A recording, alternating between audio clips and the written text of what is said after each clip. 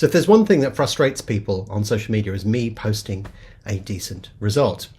Because a lot of people struggle to come to terms with the fact that I am in fact a time traveler and I know the result and can bet on it before the event has actually happened.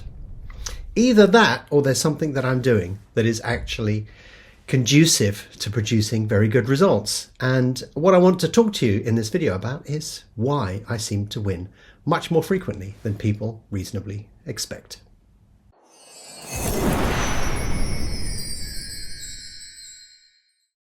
So hands up, I do post some very big results. And my motivation for doing that isn't to get you to use my software or visit my YouTube channel or anything like that. The main driver for me doing that is to show you that I am still doing it. When I first started doing what I do many, many years ago, over a quarter of a century ago, people were incredibly skeptical. And after the first few years, they just said, oh, you've been lucky. And, come back in 5 years' time and see if you can do that again. And of course I did. And then after 10 years and after 20.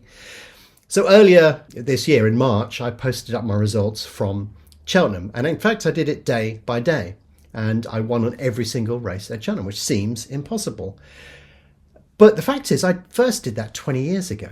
And every year that I post up the results, I get the same sort of feedback in inverted commas.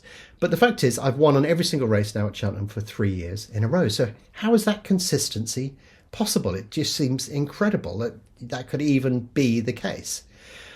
But the interesting thing is, not so long ago, I actually did a blog post talking about this.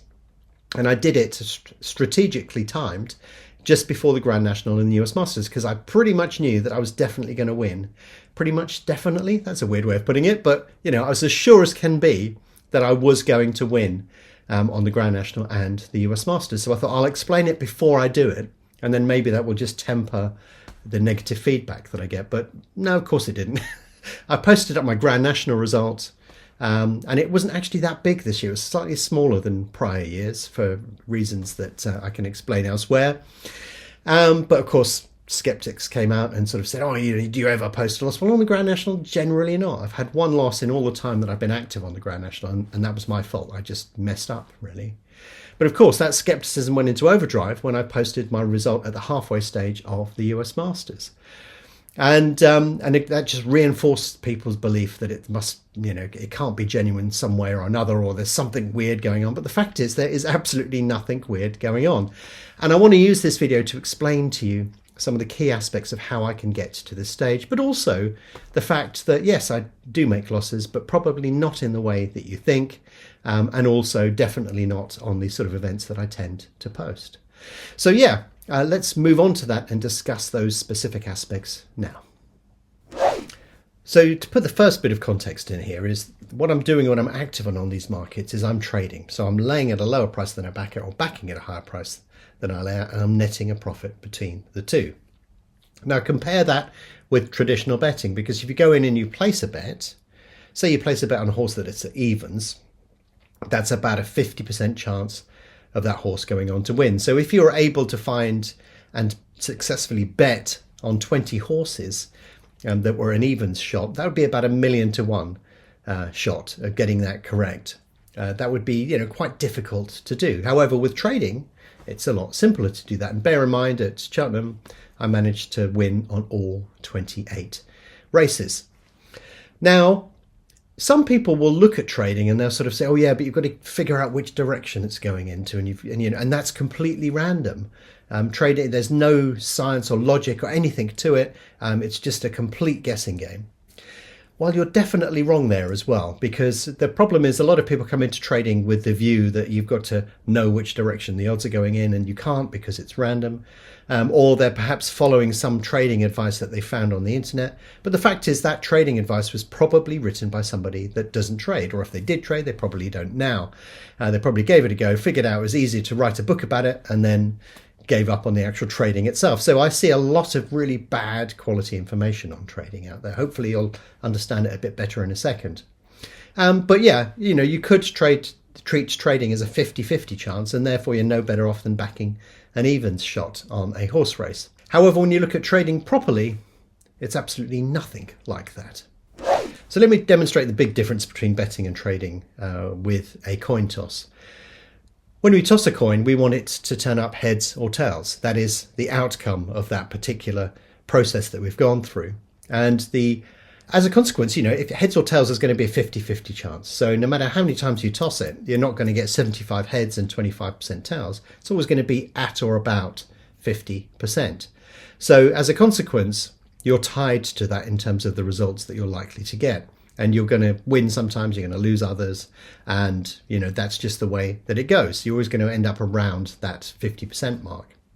However, when you're trading, think about trading as when you're tossing that coin, you're not betting on the outcome of the event, where it's going to land. You're betting on the number of heads that are going to show effectively as the coin is spinning through the air on its path to its eventual outcome. So when I'm actively trading, what I'm doing is I'm jumping in the market and jumping out and jumping in. I'm betting on one particular turn of that coin, and then I'm waiting for a bit, and then I'm betting on another turn of that coin.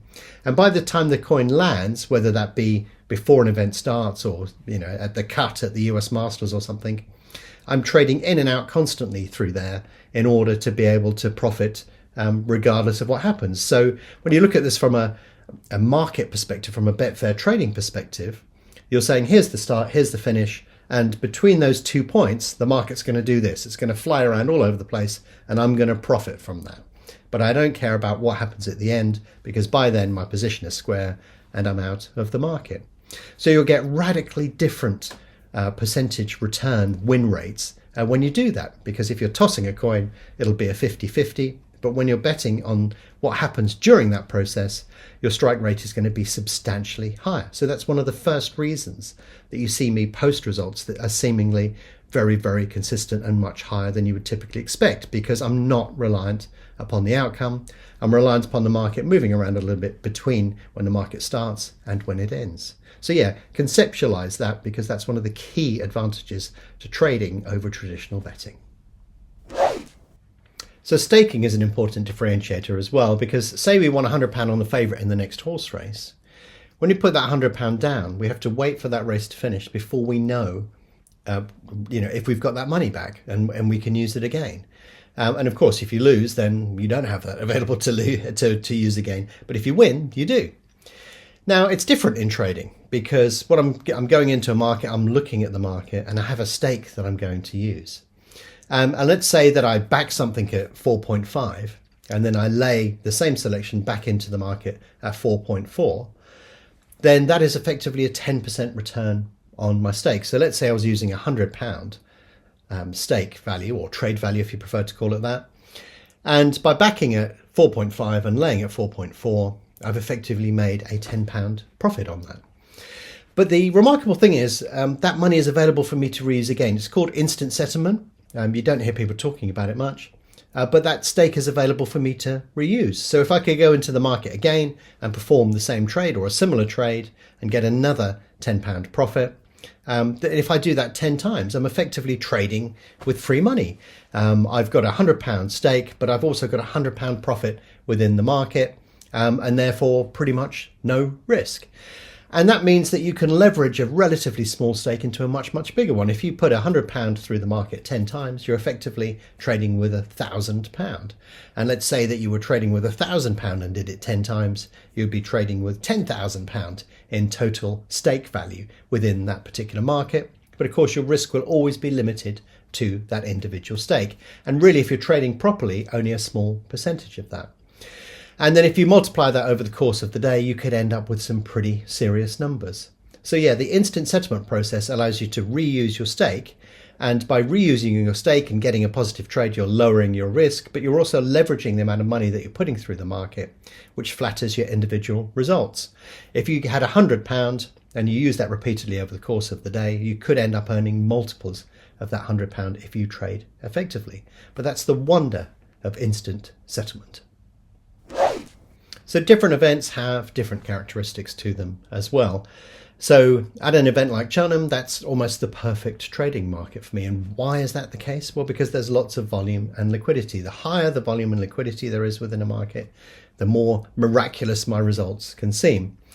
But if we go to an average midweek race meeting or a smaller sports event, then that becomes much, much harder to do. So there are 2 golf events on this week that I just won't trade, because there just isn't going to be enough volume and liquidity than for me to do anything special, or it's certainly not at the level of risk that I feel comfortable with. But when we look at the US Masters, there are millions and millions being traded on the US Masters, and therefore it's easy for me to pluck out some decent trades from that and over a long period of time. And time is something that I think people don't take into account as well.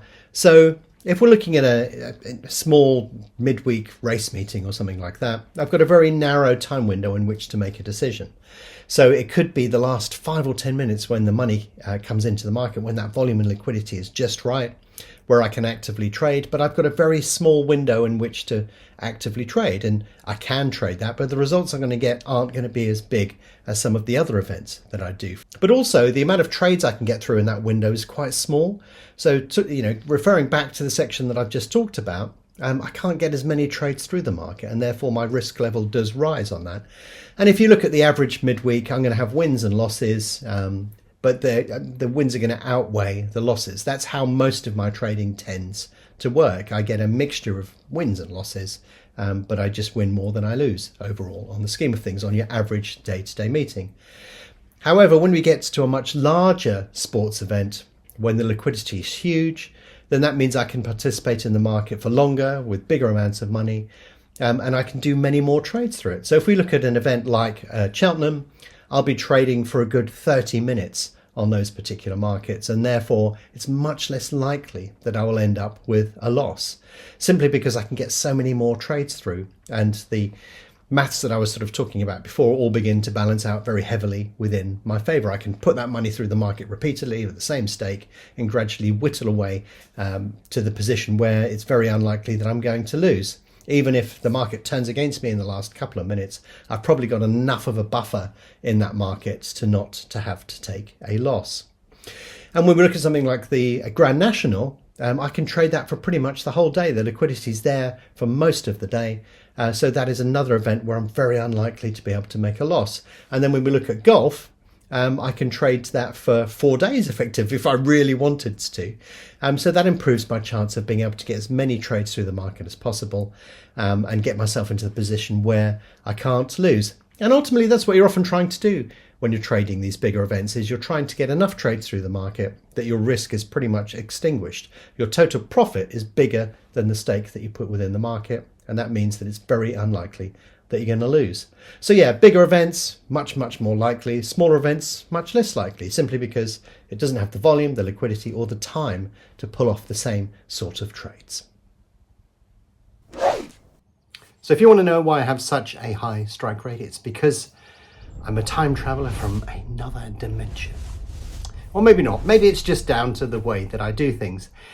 And the way that I do things is I trade, but that very much relies upon the structure of the markets and the liquidity within the markets and stuff like that. So if you look at an ordinary race meeting or a pretty standard event, I'm going to be less successful at that than I am at the much bigger events. And if we look at an ordinary race meeting during the week, then maybe I'll win sort of 7 or 8 times out of 10. And that's still a pretty high strike rate, but that's because I'm trading. Remember the coin toss? That explains why that strike rate is so high.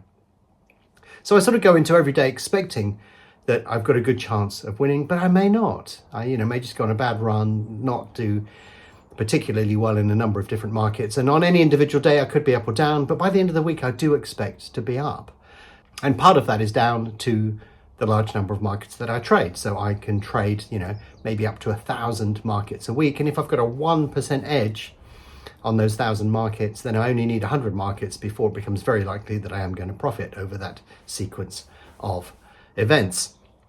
So yeah, there are many different facets of it. I've talked about staking, I've talked about the trading process, I've talked about various different aspects. But if you want to know why those numbers are particularly high, especially at those big meetings, at those big sports events, that's the reason why. There's no secret trick, no particular magic. It's just a very methodical way of approaching these particular markets. And it's something that you can do too.